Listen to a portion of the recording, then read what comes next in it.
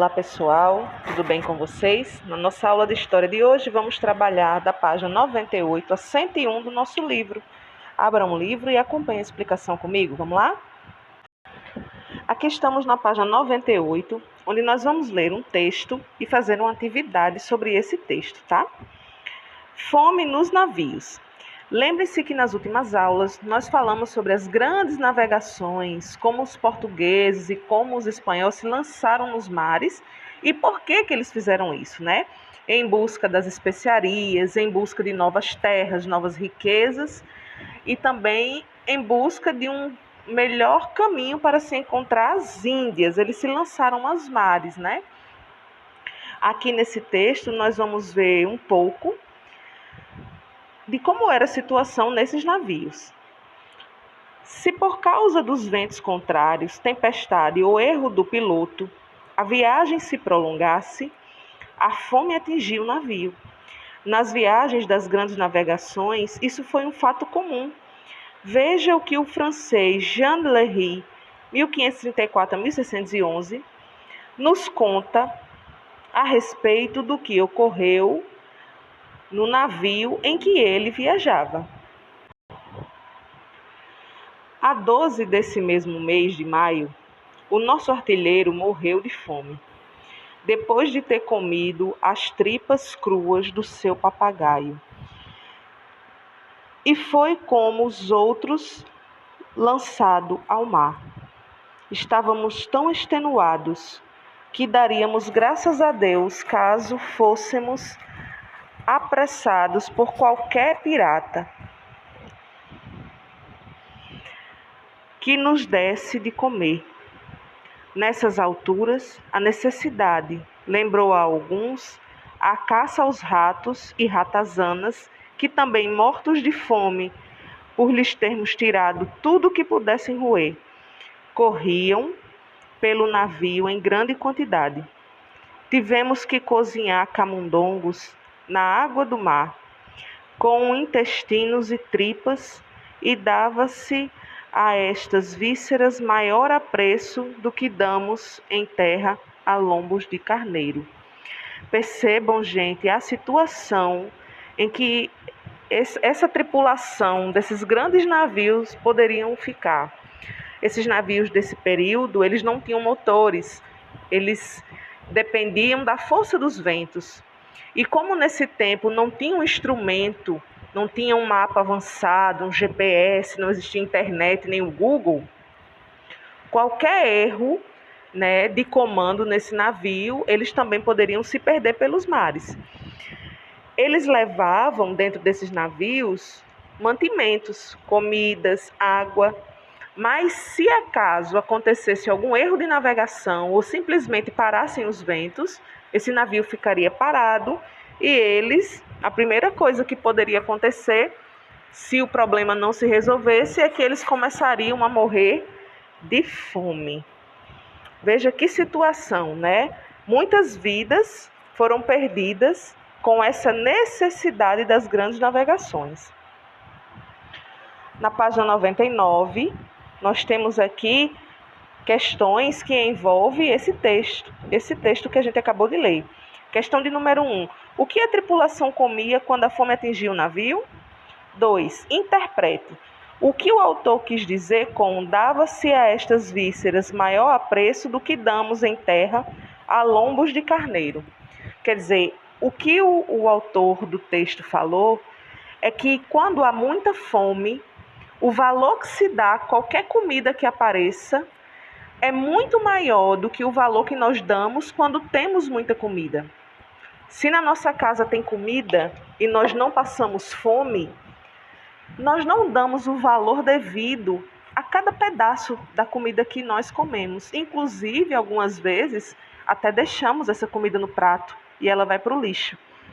Mas ao passar fome, a tripulação do navio dava aos ratos, a vísceras de ratos imundos, mais valor do que uma comida nobre como o lombo de carneiro. O que é que a fome não faz com o ser humano, não é? Veja que aqui na história, ele disse que o artilheiro morreu de fome depois de ter comido as tripas cruas do seu papagaio. O papagaio era o animal de estimação dele, mas a fome dele era tanta que ele matou o próprio papagaio.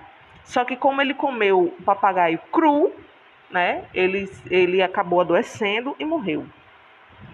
Questão de número 3. Como você reagiria na hora da fome se fosse o tripulante de uma caravela portuguesa de 600 anos atrás? Como era que você reagiria na hora da fome? Você reagiria igual a esses tripulantes, né? Caçando o que tivesse para se alimentar? Gente, isso aqui não é mentira. Isso é um relato verdadeiro, né? Então, o que eles podiam caçar para se alimentar, eles pegavam dentro do navio, o que estava mais fácil.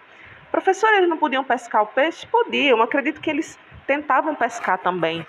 Mas ali a fome era tanta e a tripulação era de tantas pessoas que às vezes não davam conta, eles queriam comer o que tivesse mais fácil. Você, cidadão. No interior das caravelas havia desentendimento e brigas entre os tripulantes, mas havia também aqueles que passavam a viagem cuidando dos doentes e dividindo com eles a água, a comida que possuíam. Como você avalia este gesto? Haviam brigas por comida, brigas por dinheiro, né? Mas também tinham aqueles que eram bons. Gente, como na sociedade mesmo. Há aquelas pessoas egoístas, aquelas pessoas invejosas, que fazem confusão por tudo, que só pensam em si. Mas também há aquelas pessoas bondosas, que são capazes de partilhar o pouco que têm para não ver um irmão sofrer, né? E aí você vai responder nessa questão, como você avalia esse gesto de bondade, né? De alguém se doar, dividir o pouco que tem com o outro para o bem do outro, que nem é da sua família. Porque você dividir alguma coisa com quem você ama é fácil. Agora, você dividir o pouco que você tem com quem você nem conhece é mais difícil. Página 100. Os africanos antes e depois dos europeus. Aqui na página 100, nós vamos iniciar o capítulo 3. Nós vamos apenas iniciar. Nós vamos finalizar ele na próxima aula, tá? A África é um continente com 54 países e muitos povos. Cada um desses povos fala geralmente mais de uma língua e possui costumes próprios. Um grande número de brasileiros descendentes de africanos que no passado viviam onde hoje é a Nigéria, a República Dominicana do Congo, a Angola e o Moçambique. Esse é um dos motivos da importância de se estudar a história da África no Brasil. Então, ele quer dizer que os africanos que vieram para o Brasil, em sua maioria, vieram da Nigéria, do Congo, de Angola e de Moçambique. Aqui você tem mapa político, né, da África. Tá? Parece até com o mapa do Brasil, mas aqui é a África. E aí você tem escrito o nome dos países da África. No livro de vocês observem, tá bom? E aí vocês vão fazer essas duas questões. Pinte, questão de número 1. Pinte de uma cor ao seu gosto, a cor que você escolher, os países do território africano, onde no passado viveram antepassados de milhões de brasileiros. Então vocês vão pintar da cor que vocês quiserem. Vocês vão procurar aí no mapa o país Nigéria, República Democrática do Congo, Angola e Moçambique, tá? República Democrática do Congo, Nigéria, Angola e vão procurar Moçambique. Questão de número 2. Escreva o nome de 2 oceanos que banham a África. Aí vocês vão olhar aqui, o nome de um oceano e esse outro aqui, tá? Gente, é esse aqui, Esse oceano e esse aqui. Então, no Brasil, nós só temos um oceano que banha o Brasil, que é o Oceano Atlântico. Mas a África, ela conseguiu pegar 2 oceanos, desse lado e desse lado aqui, tá bom? Agora nós vamos para a nossa última página da aula de hoje, que é a página 101, onde nós vamos falar sobre os bantus e o reino dos Congos, tá? Por que nós vamos falar nesses 2 povos africanos? Porque eles foram um dos povos que vieram para o Brasil. Os bantus. Na África, ao sul do deserto do Saara, viviam e vivem ainda hoje os povos bantus. Esses povos desenvolveram a agricultura e a metalurgia, construíram cidades prósperas e reinos extensos. E aqui ao lado ele explica: povos bantus, povos que possuem uma origem comum e falam línguas aparentadas. Metalurgia, técnica de extrair metais como ferro e cobre e depois transformá-los em pás, enxadas, armas e etc. Então aqui ele diz que os bantus eram povos que sabiam mexer com metais, faziam dos metais seus equipamentos para trabalho e até armamentos, né? E também eles desenvolveram muito bem a agricultura. Reino do Congo, um dos mais importantes reinos criados pelos povos bantus. Olha só, gente, os povos bantus que criaram o Reino do Congo. Contam os mais velhos que esse reino foi fundado por um líder chamado Nimi Alukeni. Ele e seu grupo atravessaram o rio Zaire e ergueram a cidade de Mbanza Congo, a capital do seu reino. Aqui, ó, você tem o Reino do Congo, né? Aqui em cima você tem o deserto do Saara. Gente, é um deserto grande, extenso, né? É seco, certo? Muito frio à noite, muito quente durante o dia, né? E o Reino do Congo, ó, é esse verde aqui.